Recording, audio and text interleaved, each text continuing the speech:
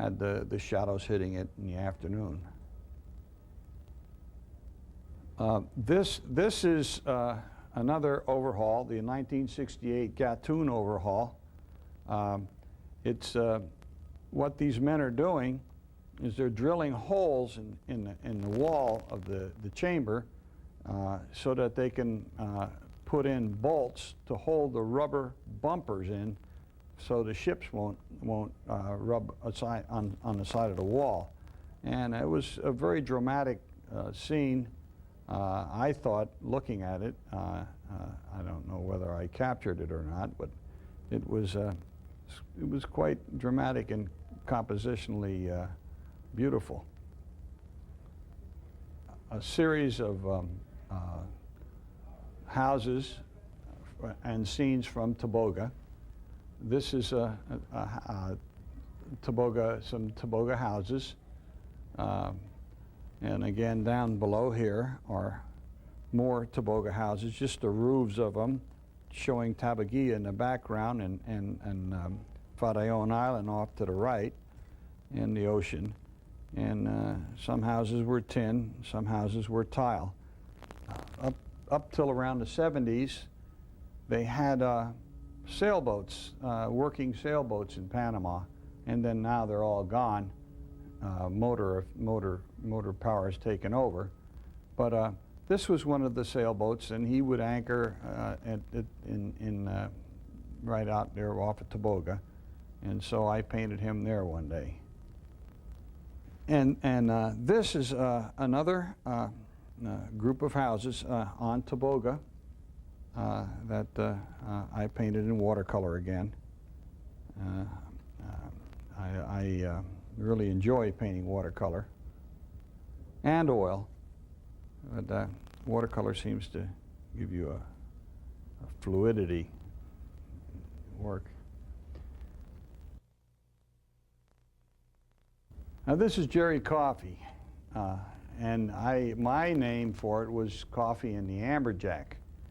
But this was Jerry Coffee. We did a lot of diving together down at the Perlis, and you can notice the loaded gun in his hand, and these big amberjack are swimming around him, and he's almost surprised, and he's getting set up to shoot one of them.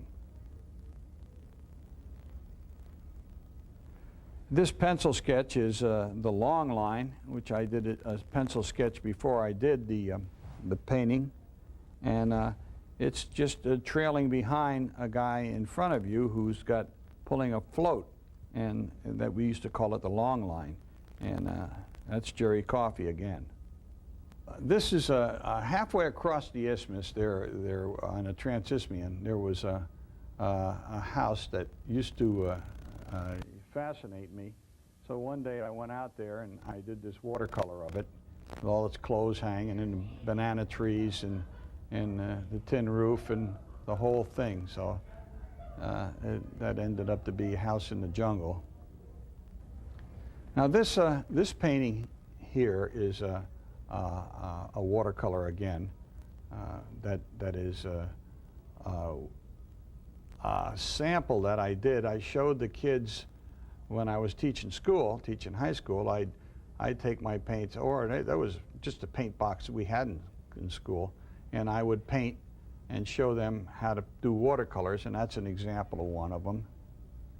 And down below is another example, and it's on the side of Ancon Hill behind the elementary school, the Balboa Elementary School.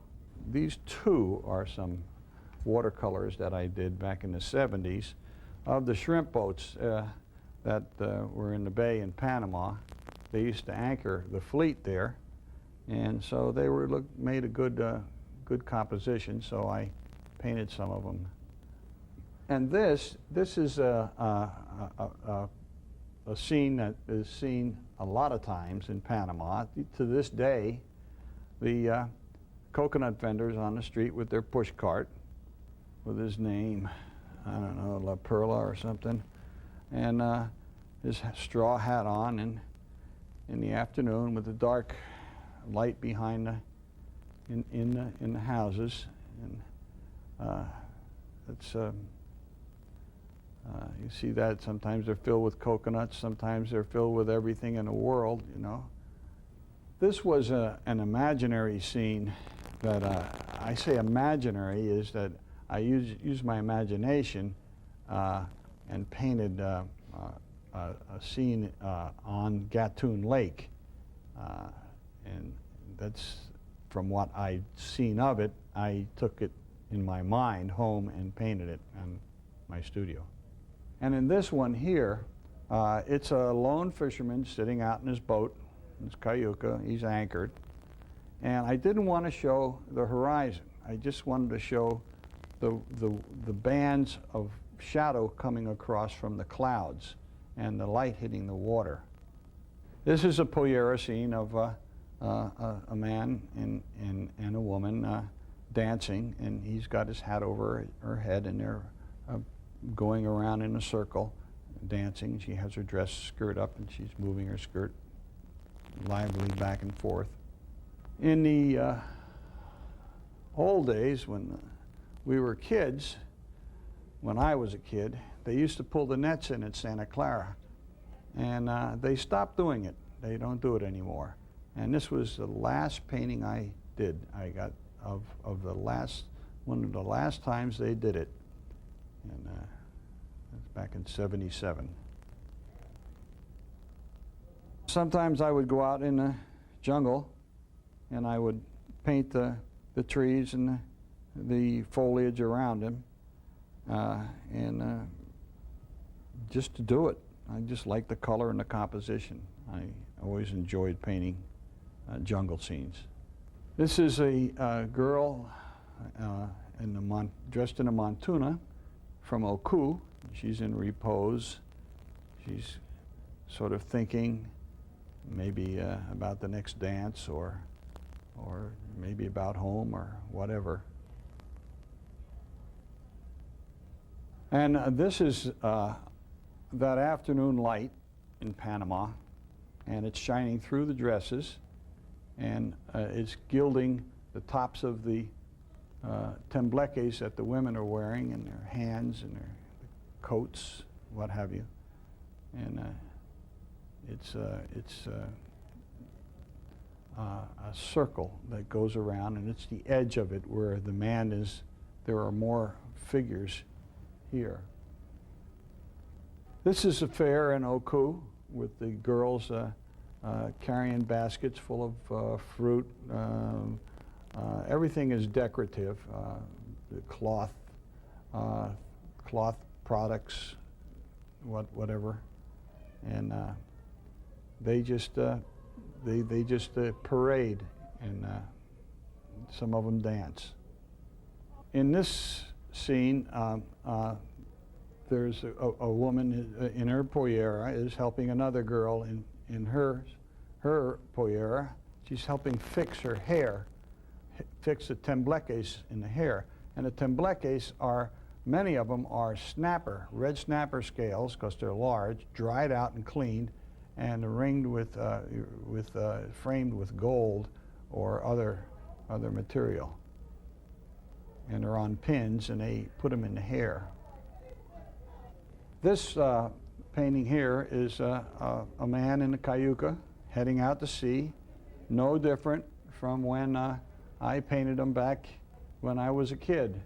They still do the same things, except the engines have gotten better, and they still get their sardines with a net, a cast net, and they still head out to Toboga, wherever they can catch fish.